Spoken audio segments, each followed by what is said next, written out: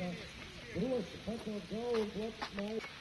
Jonas Lītins, tātad pēc 3 minūtēm, maksimums 4 minūtēm, šeit parādīsies velobraucēju Mīsnēga meitenes, viņa uzdevums bija braukt kopā ar savu klases braucienu.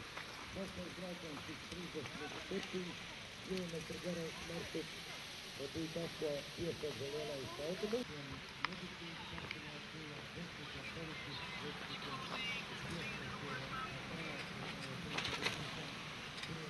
skatītājiem bija pacietības jāķer.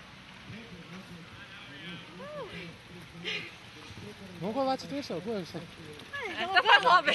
Pie finiša. Secināt, ka arī mountainbike brauciens varētu būt beidzies.